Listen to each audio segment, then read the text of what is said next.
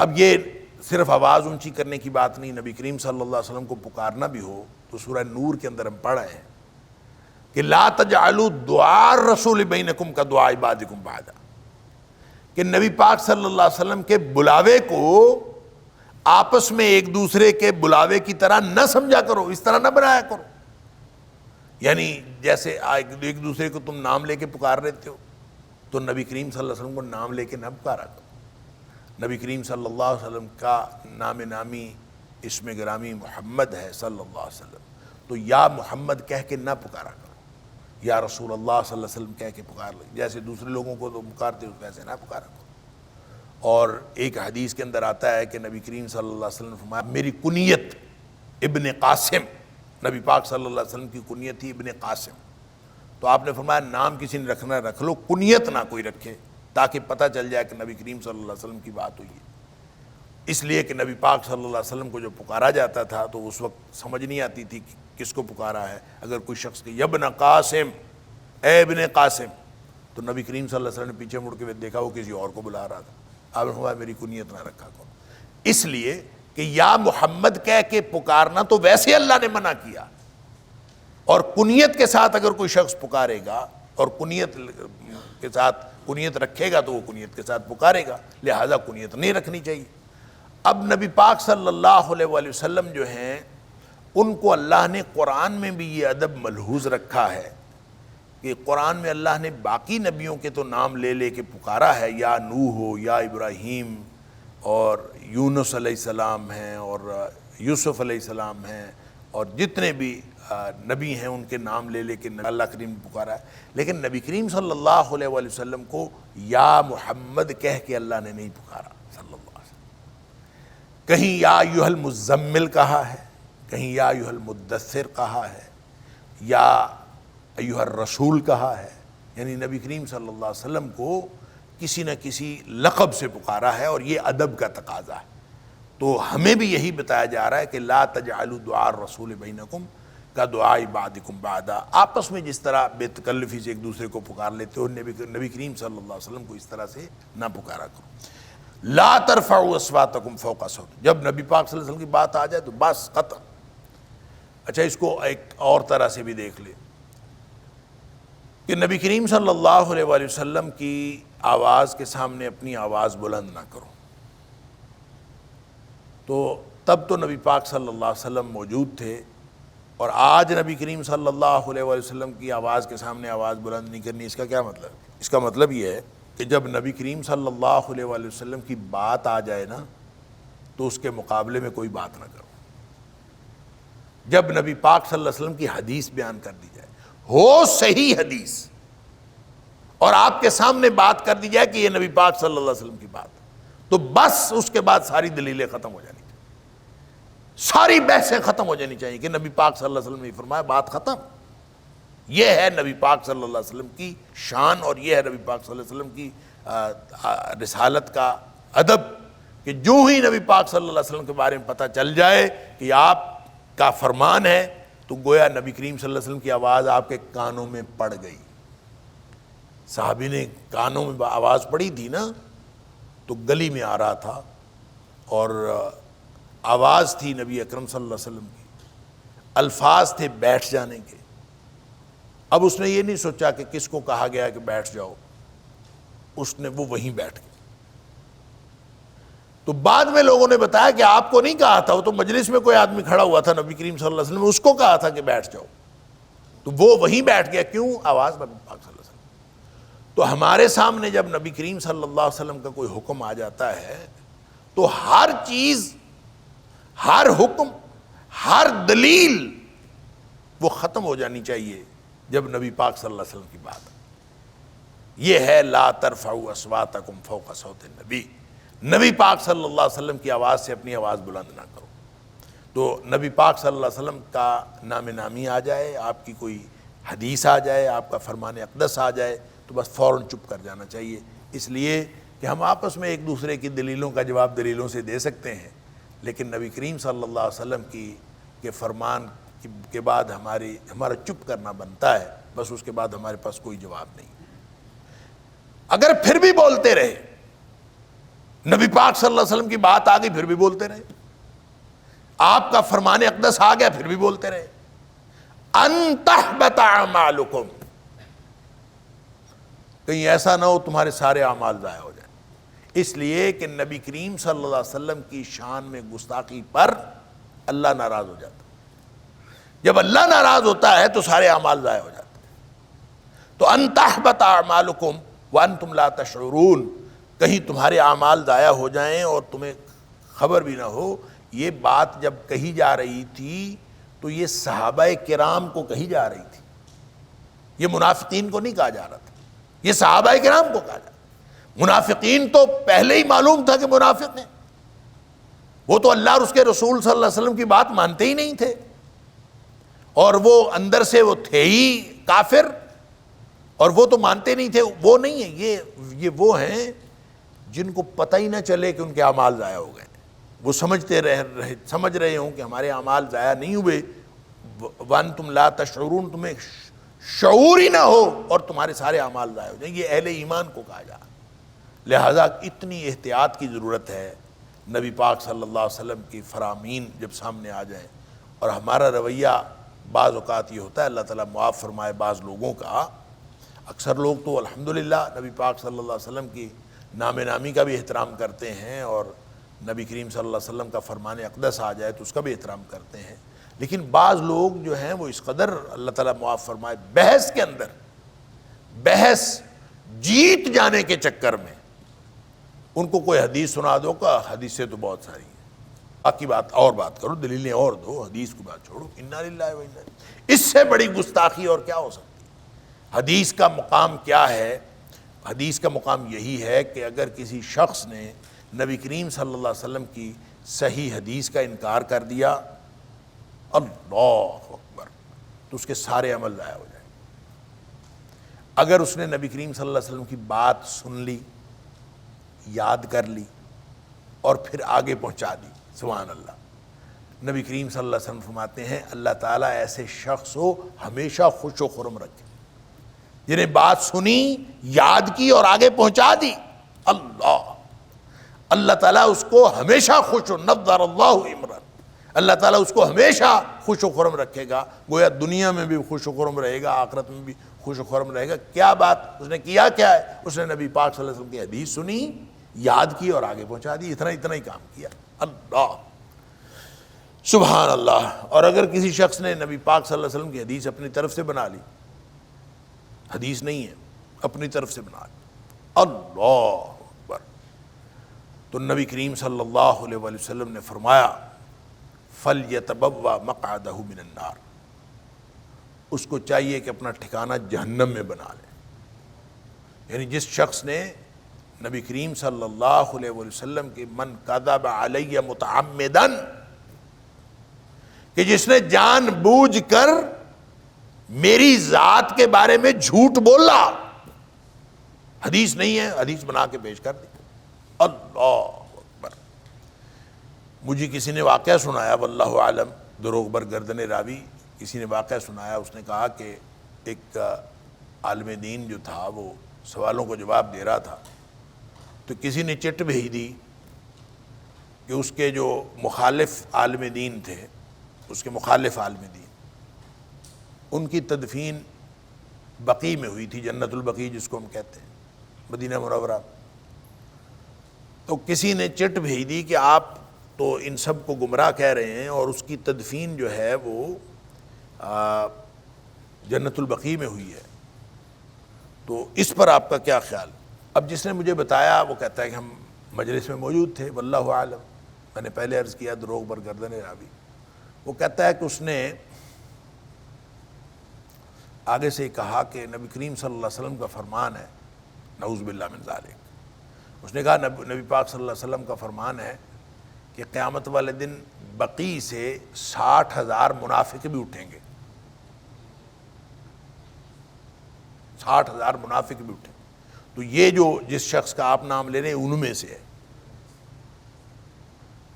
بات ختم ہو گئی، لوگ جو ہیں ظاہر مطمئن ہو گئے ہوں گے، یا واللہ عالم۔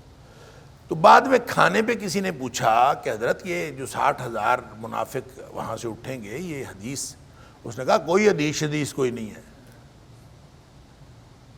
اب تمہارا کیا خیال تھا کہ وہ جس نے چٹ بھیجی تھی اس نے تو شرارت کی تھی، تو میں ہار جاتا اس شرارت پر، اس نے شرارتاً میرے مخالف کا نام لیا تھا، تو میں تمہارا کیا خیال ہے میں ہار جاتا؟ کوئی حدیث نہیں ہے، میں نے تو اپنی طرف سے یہ بات کی۔ انا للہ و انا الیہ راجعون۔ اور نبی پاک صلی اللہ علیہ وسلم فرما رہے ہیں من کذب علی متعمدا فلیتبوأ مقعدہ من النار۔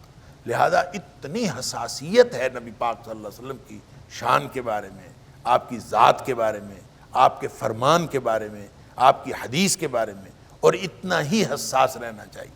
اور اگر نبی پاک صلی اللہ علیہ وسلم کے فرمان کو سامنے رکھتے ہوئے آپ نے اس کے اوپر عمل کیا، شانیں بڑھ جاتی ہیں، درجات بلند ہو جاتے ہیں۔ اور اگر آپ نے اس کو چھوڑ دیا، پس پشت ڈال دیا، تو پھر اعمال ضائع ہو جاتے ہیں۔ اللہ اکبر۔ نبی کریم صلی اللہ علیہ وسلم نے فرمایا ان العبد لیتکلم بالکلمۃ من رضوان اللہ۔ اللہ اکبر۔ اعمال ضائع پتہ کیسے ہوتے؟ بعض اوقات آدمی کوئی بات ایسی کرتا ہے، کوئی ایسا کلمہ زبان سے نکالتا ہے جو اللہ کی خوشنودی کا کلمہ ہوتا ہے۔ اللہ بالکلمۃ من رضوان اللہ، اللہ کی خوشنودی کا کوئی کلمہ زبان سے کہتا ہے، لا یلقی لہا بالا، اس کی طرف اس کی توجہ ہی نہیں ہوتی، پرواہ ہی نہیں ہوتی کہ میں نے کیا کہا۔ کلمہ اللہ کی رضامندی کا ہوتا ہے۔ سبحان اللہ۔ نبی کریم صلی اللہ علیہ وسلم فرمایا یرفع اللہ بہا درجات، اللہ اس کے ساتھ اس کے درجات بلند کر دیتا۔ سبحان اللہ۔ یعنی وہ جنت میں چلا جاتا ہے۔ پھر اسی طرح اگر کوئی شخص بعض اوقات ایسا کلمہ زبان سے نکالتا ہے جو اللہ کی ناراضگی کا کلمہ ہوتا ہے، اللہ اکبر، بالکلمۃ من سخط اللہ، اللہ کی ناراضی کا کلمہ ہوتا ہے، لا یلقی لہا بالا، اس کو پرواہ بھی نہیں ہوتی کہ میں نے کیا کہا۔ آدمی گفتگو میں کرتے کرتے باتوں میں بعض اوقات ایسا کوئی کلمہ کہہ بیٹھتا ہے، اللہ اکبر۔ نبی کریم صلی اللہ علیہ وسلم فرمایا یہوی بہا فی جہنم، وہ کلمہ اس کو جہنم میں لے جاتا۔ تو اس کے ذریعے اس کا مطلب یہ ہے کہ ہر بات، ہر کلمہ، اور خاص طور پہ دین کے بارے میں، شریعت کے بارے میں کوئی بات ہو، نبی اکرم صلی اللہ علیہ وسلم کے بارے میں بات ہو، تو انتہائی احتیاط کے ساتھ کہنی چاہیے۔ ایسا نہ ہو کہ کہیں اعمال ضائع ہو جائیں اور ہمیں پتہ ہی نہ چلے کہ ہمارے اعمال ضائع ہو چکے ہیں۔ ان الذین یغضون اصواتهم عند رسول اللہ اولئک الذین امتحن اللہ قلوبهم للتقوی لهم مغفرۃ واجر عظیم۔ سبحان اللہ۔ اب اسی کی وضاحت ہے، جو لوگ اپنی آوازیں پست کر دیتے ہیں، یغضون اصواتهم، اپنی آوازوں کو پست کر دیں، نیچے کر دیتے ہیں، عند رسول اللہ، اللہ کے رسول صلی اللہ علیہ وسلم کے سامنے۔ اور آج کے دن ہم یہ کہیں گے نبی اکرم صلی اللہ علیہ وسلم کے فرمان کے سامنے، نبی پاک صلی اللہ علیہ وسلم کا فرمان آ جائے اس کے سامنے اپنی آوازیں پست کر دیں، بس بات ختم۔ فرمایا اولئک الذین امتحن اللہ قلوبہم للتقوی، یہ وہ لوگ ہیں جن کے دلوں کو اللہ نے جانچ لیا ہے تقوی کے لیے، یعنی یہ پاس ہو گئے ہیں۔ پاس لوگ وہ ہیں جو نبی پاک صلی اللہ علیہ وسلم کا فرمان آنے کے بعد بس اس کے بعد کسی چیز پر عمل نہیں کرتے نبی پاک صلی اللہ علیہ وسلم نے یوں فرمایا۔ سمجھنے میں غلطی ہو جائے تو الگ بات ہے، ڈٹ جاتے ہیں نبی کریم صلی اللہ علیہ وسلم کے فرمان پر، اس پر اپنی مرضی، اپنی بات ختم کر دیتے، یغضون اصواتہم، اپنی آوازیں پست کر دیتے ہیں نبی کریم صلی اللہ علیہ وآلہ وسلم کی آواز کے سامنے۔ آپ کو معلوم ہے کہ جب احزاب سے فارغ ہوئے ہیں، غزوہ احزاب سے، تو نبی پاک صلی اللہ علیہ وسلم نے صحابہ کرام کو کہا تھا کہ عصر قریظہ میں جا کے پڑھنا۔ اب عصر کا ٹائم درمیان میں آ گیا، ابھی قریظہ پہنچے نہیں تھے، راستے میں ٹائم آ گیا، وقت آ گیا۔ اب بعض لوگوں نے کہا کہ نبی پاک صلی اللہ علیہ وسلم نے منع کیا تھا کہ راستے میں نماز نہیں پڑھنی، نماز قریظہ میں جا کے پڑھنی ہے، راستے میں نماز ہوتی نہیں۔ بعض نے کہا کہ نہیں، نبی کریم صلی اللہ علیہ وسلم نے اس لیے فرمایا تھا کہ جلدی قریظہ پہنچو، کہ نماز وہاں جا کے پڑھو۔ اس کا مطلب یہ نہیں تھا کہ نماز کا وقت راستے میں آ جائے تو نہیں پڑھنی، جب راستے میں نماز کا وقت آ گیا تو نماز تو پڑھنی۔ اب آدھے لوگ یا کچھ لوگ یہ کہہ رہے تھے کہ نماز وہیں جا کے پڑھنی ہے، کچھ لوگوں کا خیال تھا کہ نماز کا وقت ہو گیا ہے راستے میں پڑھنی۔ کچھ لوگوں نے درمیان میں پڑھ لی راستے میں، کچھ لوگوں نے جا کے وہاں پڑھی۔ اور جب نبی کریم صلی اللہ علیہ وآلہ وسلم کے سامنے معاملہ رکھا گیا تو آپ نے دونوں کو درست فرمایا کہ دونوں درست، اس لیے کہ دونوں نے کوشش کی نبی کریم صلی اللہ علیہ وسلم کے فرمان پر عمل کرنے کی۔ لہٰذا اس طرح سمجھ کا اختلاف تو ہو سکتا ہے کہ ایک شخص جو ہے اسی سے کوئی اور بات سمجھ رہا ہو، دوسرا شخص اس سے کوئی اور بات سمجھ رہا ہو، لیکن اس میں نیک نیتی کے ساتھ اپنی آواز، اپنا طرز عمل نبی کریم صلی اللہ علیہ وسلم کے فرمان کے سامنے وہ بالکل سر تسلیم خم کر دینا۔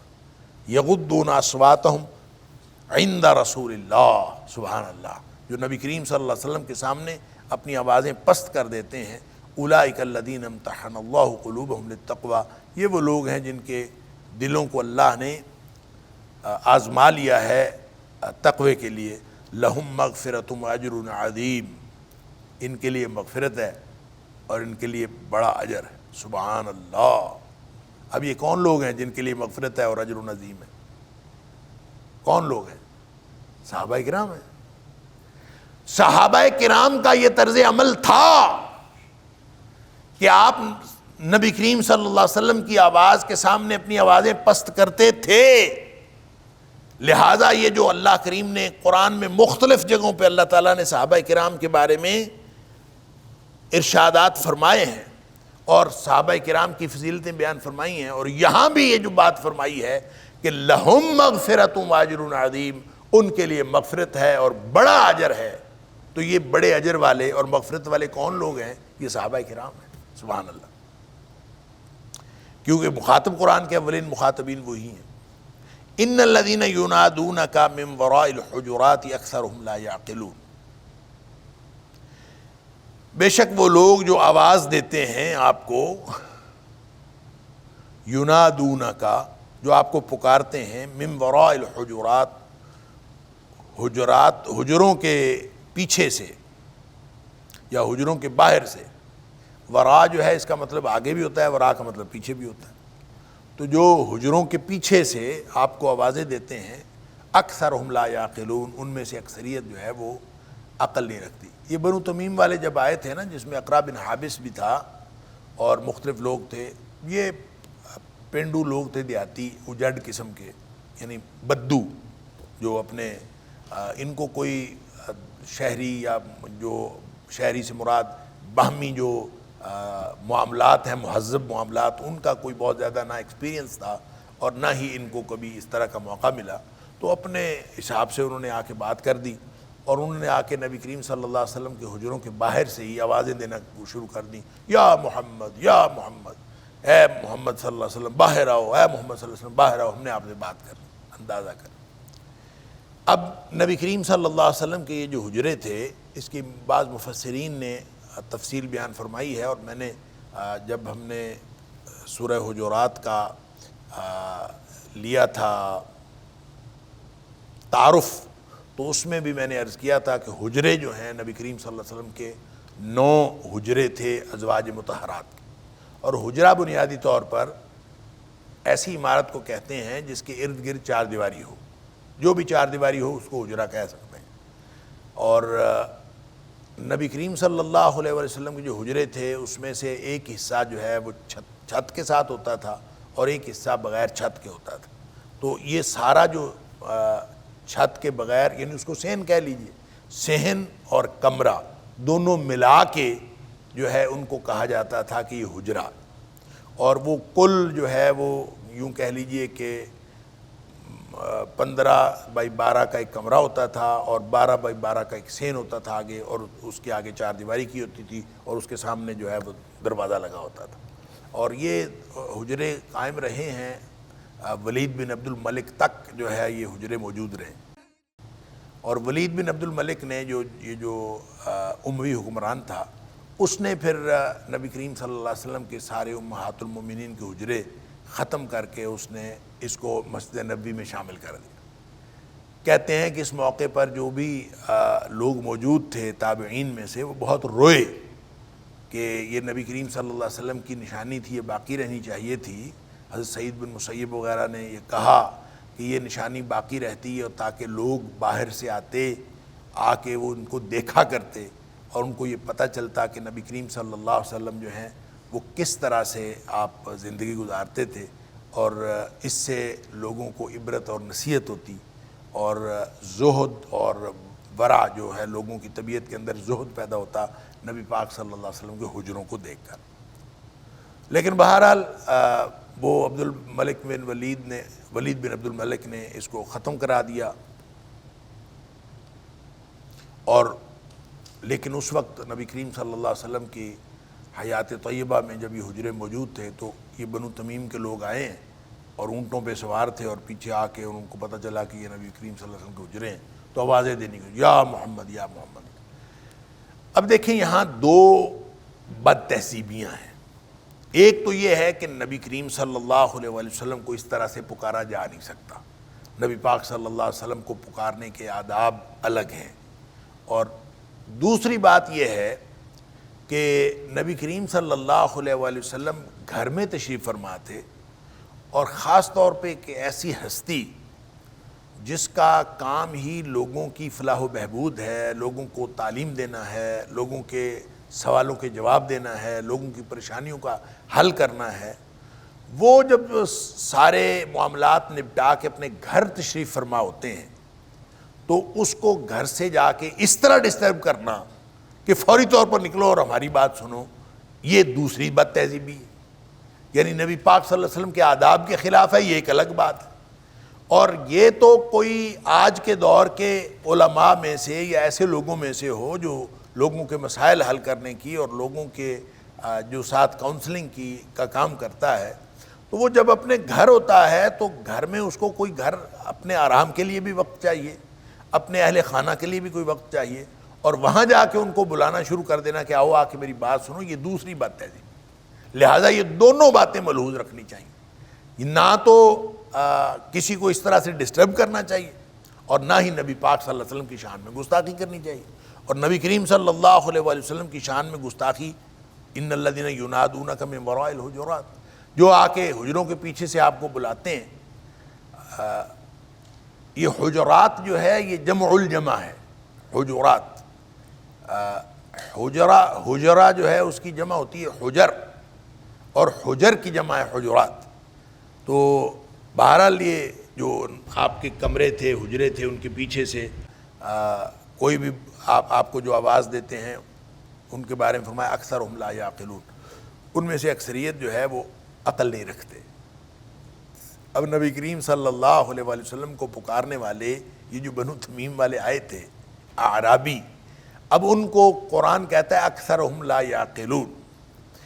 اس کے بارے میں ایک لطیف نقطہ تو مفسرین نے یہ کہا کہ قرآن نے ان سب کو بے عقل نہیں کہا، اکثرہم لا یعقلون، اس میں سے اکثر جو ہیں سمجھ نہیں رکھتے، نہیں سمجھتے۔ اس کا مطلب ہے کچھ لوگ تو ان میں سمجھدار ہیں، سارے ہی بے سمجھ نہیں ہیں، اللہ اکبر۔ لیکن بعض دوسرے مفسرین نے اس میں سے مزید جو ہے وہ گہرائی کے ساتھ یہ لطیف نقطہ نکالا ہے، کہتے ہیں یہ قرآن کا اسلوب بیان ہے، کہ قرآن کہتا ہے کہ یہ ان میں سے اکثر جو ہے کچھ نہیں سمجھتے، حقیقت میں اس کا مطلب یہ ہے کہ یہ سارے ہی کچھ نہیں سمجھتے، اکثر کا حکم جو ہے وہ کل پر لاگو ہوتا ہے، لہذا جو قرآن نے کہا تو اس کا مطلب ہے وہ سارے ہی بیوقوف تھے، ان کو سمجھ نہیں تھی، اور قرآن نے ان سب کے بارے میں کہا ہے۔ لیکن جو پہلا نقطہ نظر ہے وہ ہے کہ قرآن نے اکثریت کو کہا، سب کو نہیں کہا۔ تو ہو سکتا ہے ان میں سے کچھ جو ہے وہ عقل مند لوگ ہوں، انہوں نے نہ پکارا ہو، سب لوگوں نے نہ پکارا ہو، جن لوگوں نے پکارا ہے وہ اکثرہم لا یعقلون، ان میں سے اکثریت جو ہے ایسی۔ وَلَوْ أَنَّهُمْ صَبَرُوا حَتَّى تَخْرُجَ إِلَيْهِمْ لَكَانَ خَيْرًا لَهُمْ، اور اگر وہ صبر کرتے، اللہ آرام سے بیٹھ جاتے آ کے مسجد نبوی میں اور آرام سے انتظار کرتے، صبر کرتے، حَتَّى تَخْرُجَ إِلَيْهِمْ، یہاں تک کہ آپ اے حبیب صلی اللہ علیہ وسلم آپ ان کی طرف خود نکل آتے، یعنی جب آپ نے گھر میں آرام کرنا تھا آرام کر لیتے، جو بھی معاملات تھے آپ اپنے نپٹا کے گھر سے اپنی مرضی سے اپنی ٹائمنگ کے مطابق آپ باہر تشریف لے آتے تو لکان خیر لہم، تھی ان کے لیے بہتر ہوتا۔ یعنی خام خواہ انہوں نے جو نبی کریم صلی اللہ علیہ وسلم کو ڈسٹرب بھی کیا، آپ کے بے ادبی بھی کی، اور اس لیے جو ہے یہ سارا دونوں طرح سے انہوں نے بد تہذیبی کی ہے، اور قرآن نے کہا کہ یہ درست نہیں ہے، یہ بیوقوف لوگ ہیں۔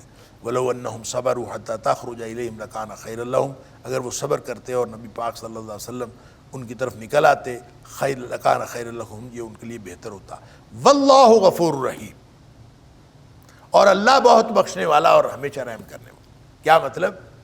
کہ انہوں نے جو غلطی کی ہے اللہ تعالیٰ نے ان کو معاف کر دی۔